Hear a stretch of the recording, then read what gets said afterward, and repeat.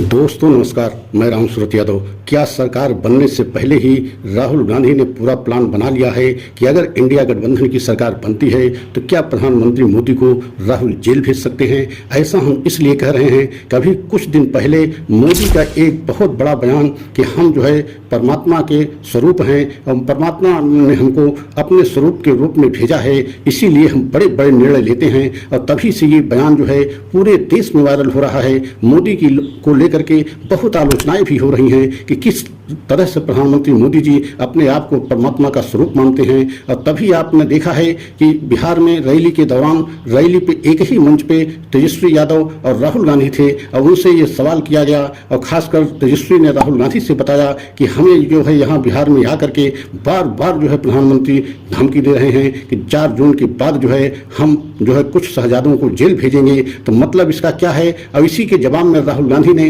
एक बहुत बड़ा बयान दे दिया। राहुल गांधी का कहना था कि मोदी जी एक तरीके से ईडी के जवाबों को से बचने के लिए अपना जो है ये नया तरीका अपना रहे हैं, क्योंकि 4 जून के बाद जब ईडी प्रधानमंत्री मोदी से पूछताछ करेगी तब उनको यही जवाब देना होगा कि हम तो परमात्मा के स्वरूप थे, हमारा कोई दोष नहीं है। और आज हम बहुत बड़ा खुलासा करेंगे कि किस तरीके से राहुल का पूरा प्लान तैयार है। लेकिन अगर आप हमारे चैनल पर पहली बार हैं तो चैनल को लाइक सब्सक्राइब करें, वीडियो को अंत तक देखें। तो सबसे पहले हम आपको ये बताना चाहते हैं कि राहुल गांधी आपने देखा है कई मंचों से चुनाव के दौरान रैली में इस बात को कहा है कि प्रधानमंत्री के समय में, प्रधानमंत्री के कार्यकाल में कई बहुत बड़े घोटाले हुए हैं, वो चाहे जीएसटी को हो, चाहे नोटबंदी को हो, चाहे इलेक्टोरल बॉन्ड का हो, चाहे राफेल को हो। तो अगर हमारी सरकार, इंडिया गठबंधन की सरकार, कांग्रेस की सरकार सत्ता में आती है तो इन सभी घोटालों की हम जांच कराएंगे और इसका पूरा हिसाब लेंगे। हम किसी कीमत पर किसी को बख्शेंगे नहीं। तो क्या इसका अंदाजा ये लगाया जाए, इस बयान का मतलब ये समझा जाए कि राहुल गांधी भी पूरी तरीके से सरकार बनने से पहले अपना प्लान बना लिया है कि अगर सरकार बनी तो 4 जून के बाद ईडी प्रधानमंत्री मोदी से पूछताछ कर सकती है। क्योंकि आपने देखा है कि यही ईडी 2 साल पहले राहुल गांधी से 55 घंटे तक पूछताछ किया। आजाद भारत में किसी भी इतने बड़े नेता से कोई भी बड़ी एजेंसी 55 घंटे तक पूछताछ नहीं किया। लेकिन आप देखा कि जिस समय राहुल गांधी से पूछताछ चल रही थी, यही जो है अंदाजा लगाया जा रहा था, यही कयास लगाया जा रहा था कि किसी भी समय राहुल की गिरफ्तारी हो सकती है, किसी भी समय ईडी राहुल गांधी को हिरासत में ले सकती है। लेकिन 3 दिन लगातार 55 घंटे तक पूछताछ राहुल गांधी से हुई, लेकिन ईडी को कुछ ऐसा नहीं मिला कि जिसके वजह से राहुल गांधी को हिरासत में ले और हिरासत में लेकर के राहुल गांधी को जेल भेजे। आपको ये भी बताना बहुत जरूरी है कि राहुल गांधी ही नहीं बल्कि उस समय सोनिया गांधी बीमारी हालत में थी, उनसे भी ईडी 2 दिन लगातार पूछताछ करती रही। तो आप समझ सकते हैं कि ईडी का इस्तेमाल किस तरीके से विपक्ष के नेताओं, यहां तक कि राहुल गांधी और सोनिया गांधी को भी नहीं बख्शा गया।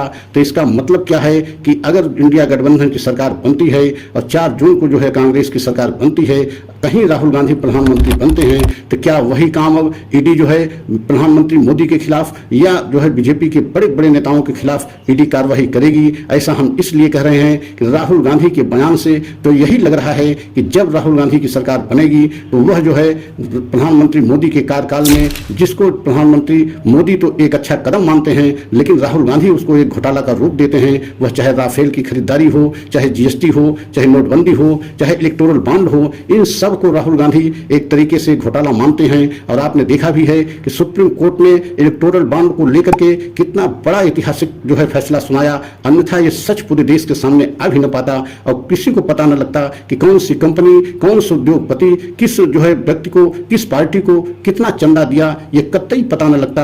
लेकिन सुप्रीम कोर्ट का शुक्र है कि सुप्रीम कोर्ट ने ऐतिहासिक फैसला सुनाते हुए जो है पूरा सच पूरे देश के सामने ला दिया। और यही कारण है कि चुनाव में बीजेपी इलेक्टोरल बॉन्ड को लेकर के एकदम बैकफुट पर चली गई और प्रधानमंत्री की, मोदी जी की लोकप्रियता भी इस इलेक्टोरल बॉन्ड को लेकर के बहुत ज्यादा नीचे गिर गई और बीजेपी की भी लोकप्रियता बहुत ज्यादा घट गई। और यही कारण है कि आप देख रहे हैं चुनाव में प्रधानमंत्री मोदी के प्रति जनता में उत्साह नहीं दिखाई दे रहा है और न बीजेपी सरकार को तीसरी बार बनाने के लिए जनता में उत्साह दिखाई दे रहा है, बल्कि इसके उल्टा जो है इंडिया गठबंधन के प्रति जनता में उत्साह दिखाई दे रहा है। और इंडिया गठबंधन के सबसे बड़े नायक राहुल गांधी के बातों पर जनता विश्वास करती दिखाई दे रही है। जिस तरीके से राहुल गांधी 5 गारंटियों को लेकर के आए हैं, उसमें सबसे बड़ी गारंटी महिला को है। महिला हर परिवार की गरीब महिला को साल में 1 लाख रुपया खाते में डालने की बात उन्होंने कहा है कि हर महीने 8,500 रुपया गरीब महिला के खाते में डाला जाएगा। इस बात को लेकर के पूरे देश के जनमानस में बहुत बड़ी चर्चा बनी हुई है और पूरा देश की जो है महिलाएं इस पर विश्वास भी कर रही हैं और यही कारण है कि कई ऐसी गारंटियां हैं राहुल गांधी की और खासकर इंडिया गठबंधन और कांग्रेस की घोषणा पत्र में जो जनता को काफी फायदा पहुंचाने वाली हैं। तो यही कारण है कि पूरे देश की जनता इस बार राहुल गांधी की गारंटी पर और राहुल गांधी की घोषणा पत्र पर विश्वास कर रही है।